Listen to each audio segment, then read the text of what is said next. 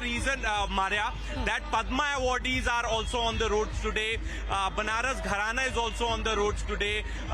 Jeweler Association, Shopkeeper Association, they all will be welcoming Prime Minister. They will be, thanking him for all that he's doing for the constituency. So there's an emotional touch. It is beyond a politician and Janta touch.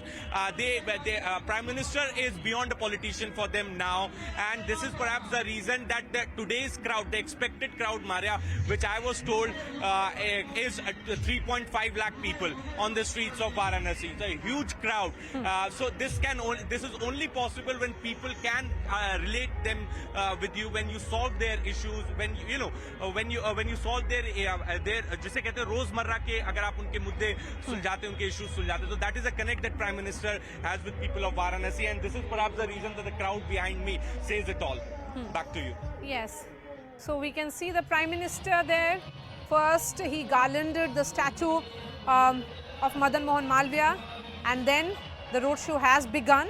The Prime Minister and Varanasi, we were to look at that connect, Shivani. We have seen how it has been of a member of parliament, somebody who's been completely hands-on as far as this constituency is concerned. Visiting Varanasi repeatedly, trying to connect with the booth workers, trying to connect with the influencers of the city, and trying to ensure that he is, despite being the Prime Minister of India, he is also a member of parliament who is available for his constituents every time. Shivani. Yeah. The sentiment here that prevails, Maria, is that this redevelopment of the Kashi Dham corridor, and the Prime Minister addressed that when he spoke at the inauguration a couple of months ago. People here too tell me that it wouldn't have been possible if it wasn't for Narendra Modi. Of course, he's the Prime Minister, so any project that he gives the push to receives that much more attention and that much more push. But still, let's not forget the difficulty in achieving this project, because as we earlier mentioned, it was just considered impossible. It was said that this will not be possible to redevelop this corridor. It hasn't been done and it couldn't be possible, but it did become possible, and it happened in record time. Even the inauguration happened a couple of months ago. Nobody really expected that this project would be ready. So the sentiment on ground here amongst the public is that nobody else could have done it, only Narendra Modi could have done it, and they're of course very, very happy. As far as this project is concerned, locals tell me about the difficulties that have happened. There were over 300 odd families who had to receive compensation for the properties that were acquired as far as the redevelopment of this corridor is concerned.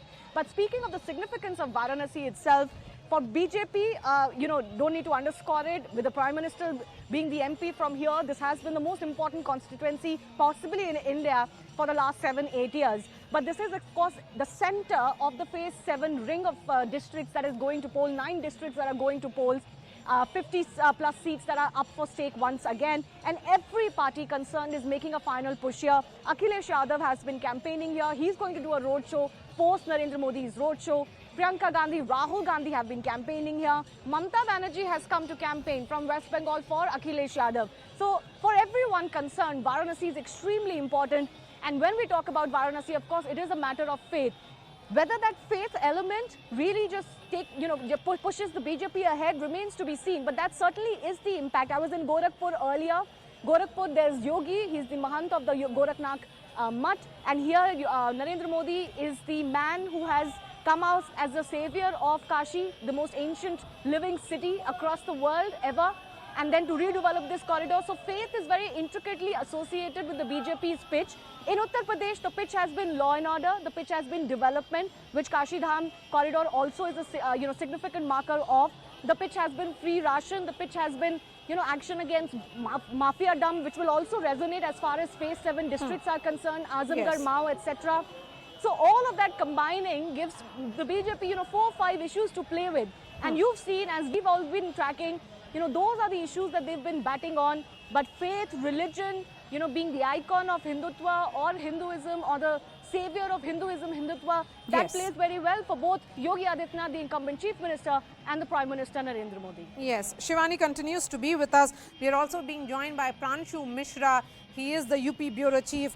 Pranshu, this final push that we have been talking about, this is about ensuring that the people of Varanasi feel that their Member of Parliament is with them even as he seeks vote for his chief minister. This is about a chief minister's election, but we have seen the prime minister's approach of being very, very hands-on.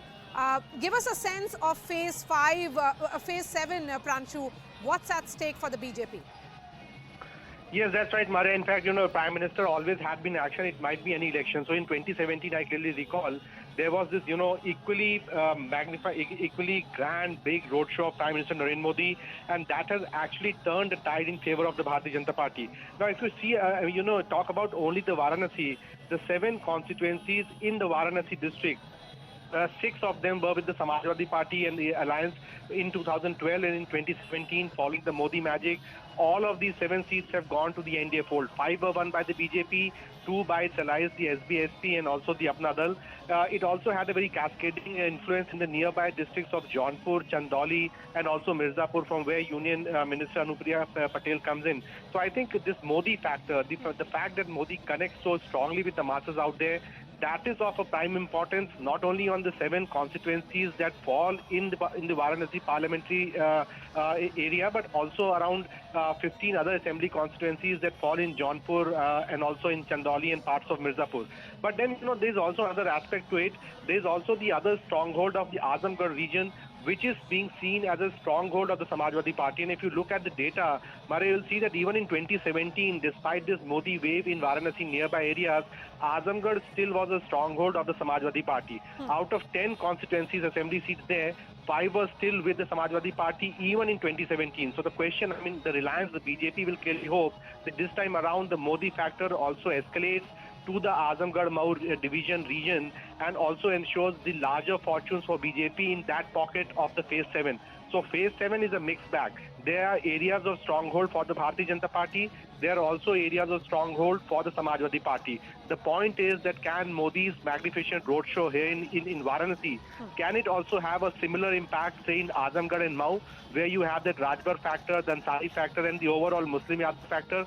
I think BJP clearly will want it to do that way.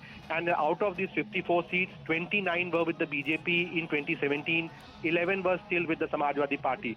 So this time around, we'll have to see that whether this sort of emphasis which Mr. Modi is giving in the last leg, can it ensure BJP further expands its base in the phase 7, or else Samajwadi Party can rely more on its the social engineering which it has done, the fact that SBSP of Om Prakash Rajbar is now with them, and the overall Muslim Yadav factor. So this becomes a very interesting last leg. We are seeing Prime Minister Modi in action. We also saw Mamata Banerjee and Akhilesh Yadav in action yesterday, and we'll be seeing more of these two leaders probably till 5 p.m. tomorrow when the campaigning for the final phase 7 ends.